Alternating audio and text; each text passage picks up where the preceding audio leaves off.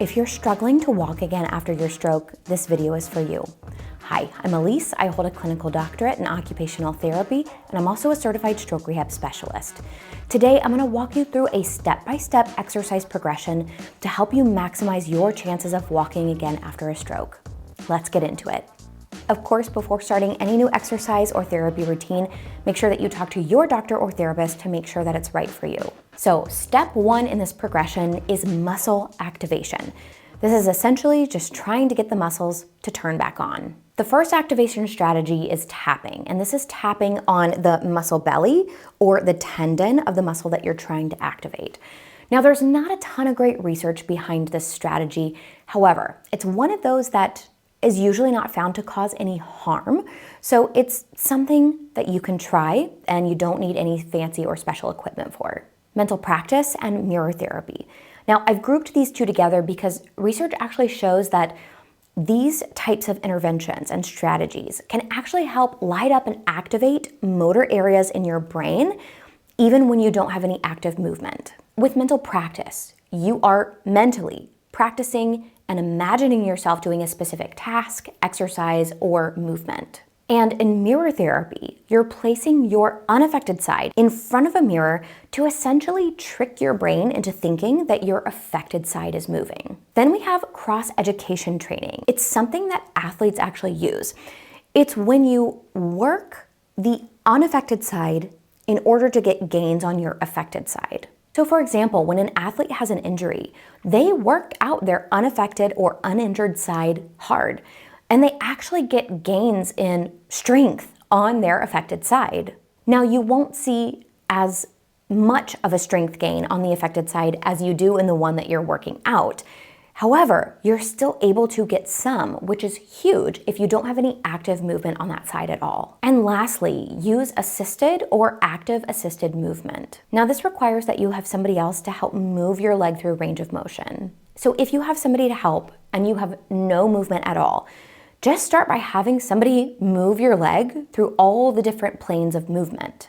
The goal is to try to get that brain making connection with those muscles, saying, hey, those muscles are moving. Should we be connected? And then when it comes to active assisted range of motion, if you start to get some muscle activation and somebody is moving you, you want to try to activate the muscles as that person is moving you through that range of motion. Moving on to step two in our progression, gravity eliminated movement. So obviously we are not going to completely eliminate or take gravity away, but the way in which we do these movements helps to reduce the resistance that gravity is providing so that we can focus on coordination and getting a good solid movement pattern down. So these movements include side lying, hip flexion, and extension.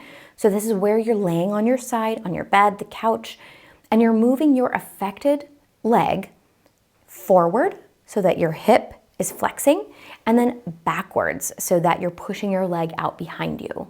You can also do side lying knee flexion and extension. And again, this is where you're laying on your side, you're bending your knee and then straightening it out. You can do supported ankle dorsiflexion and plantar flexion. This is where you attempt to bring the toe up and point the toe down. You can put either a towel or have someone hold your leg up just slightly so that you can work on getting that movement.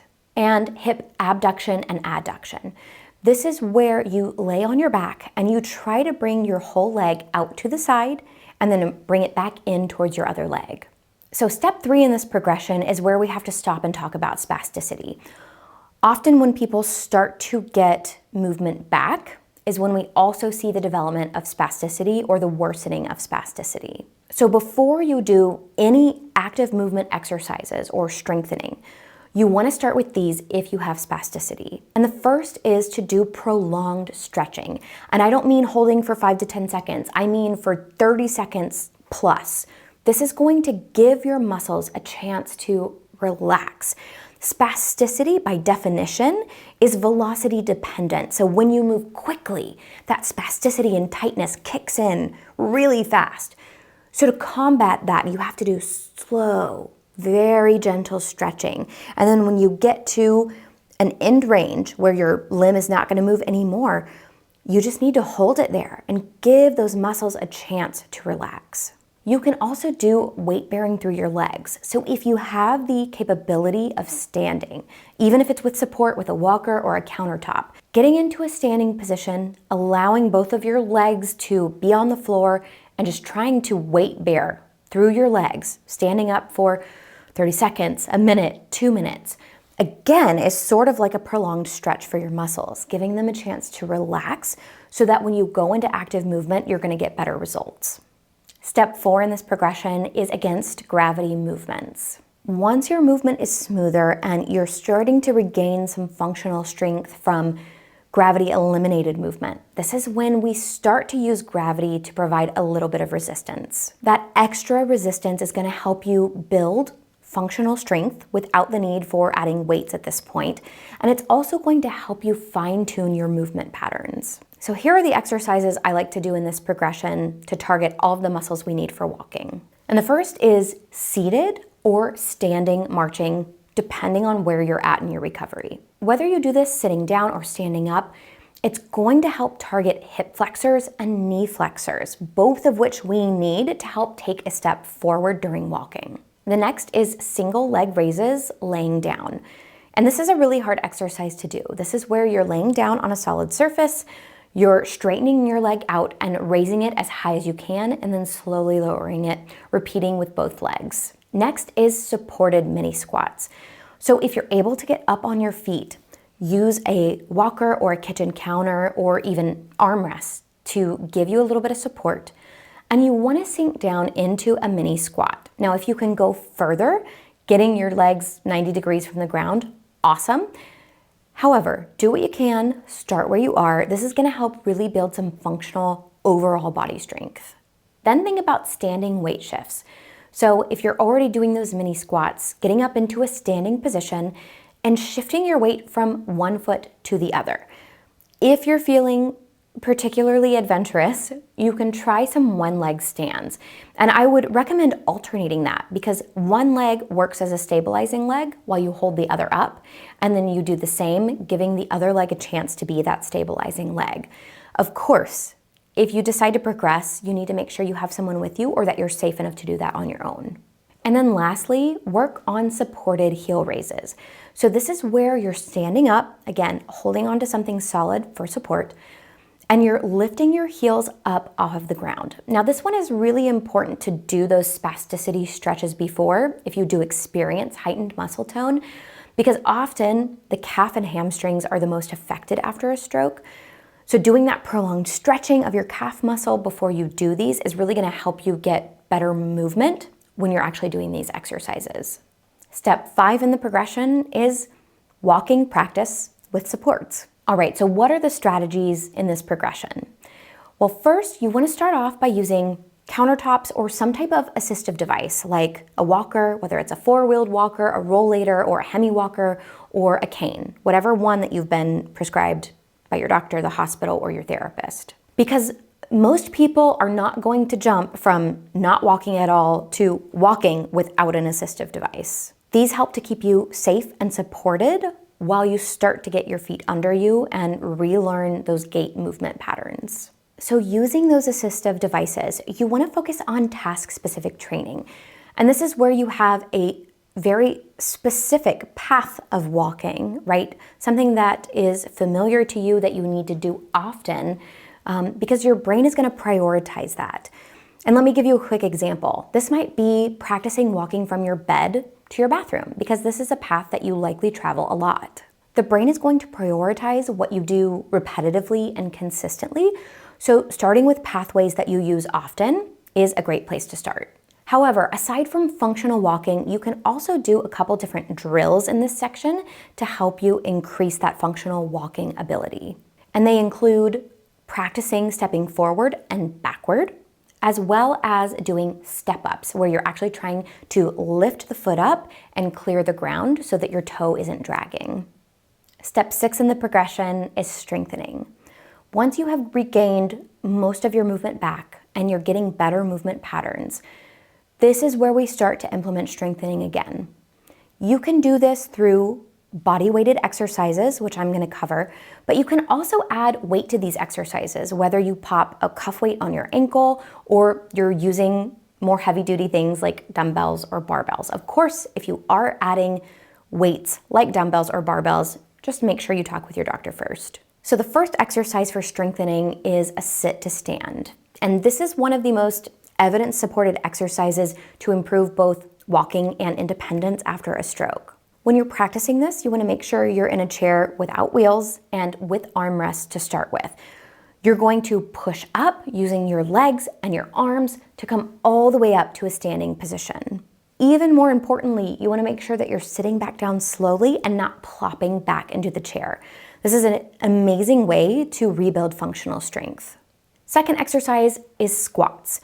So this is where you're taking the mini squat to the next level and you're going a lot deeper. If you're able to do this without something to hang on to, this is going to increase the challenge. And of course, if you're adding weights to it, you're going to be even building more strength. You can also practice step-ups. So this is where you're lifting the foot up all the way to a slightly heightened surface, coming all the way up to standing by bringing the other leg up and then stepping back down. Then we move on to glute bridges or hip bridges. And this is where you're laying down with your knees bent up. You're lifting your bottom up, squeezing at the top, and then slowly lowering your bottom back to the ground. Step number 7, the last progression in this set of exercises, is to increase the challenge with balance, coordination, and speed. You've likely regained most of your movement back, you've built really functional strength, and now you just need a little bit of fine-tuning. So the first challenge you can try is reaching in standing. This is going to help improve your balance because it's helping you reach outside of your center of gravity.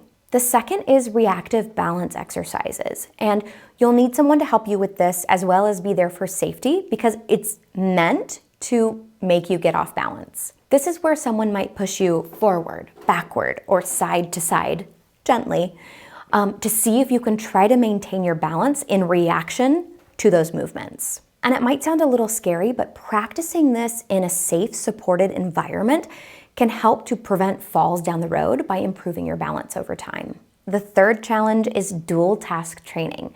And this is where you add a cognitive component to your walking or gait training. So for example, you could try holding a coffee cup. You don't have to put anything in it, but holding it and then walking into your living room. The next challenge is to change your walking speeds. So go from slower speeds to quicker speeds and then back to a slower speed.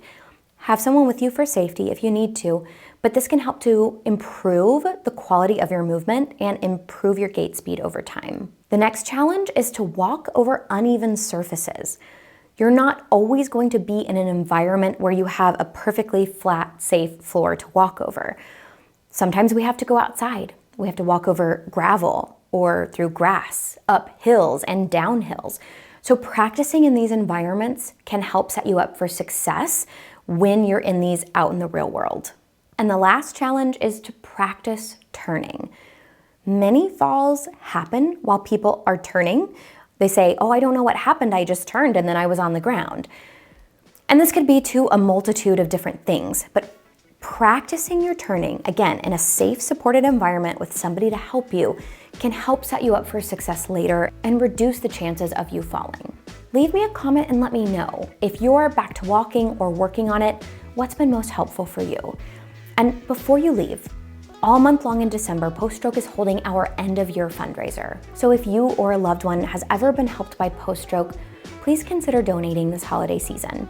You can use the PayPal link we have down in the description or in our bio, or you'll find the mailing address also in our description if you don't want to use PayPal. If you found this video helpful, please make sure to like it, subscribe to the channel, become a channel member by clicking the join button, or leave us a super thanks by clicking in the YouTube bar below.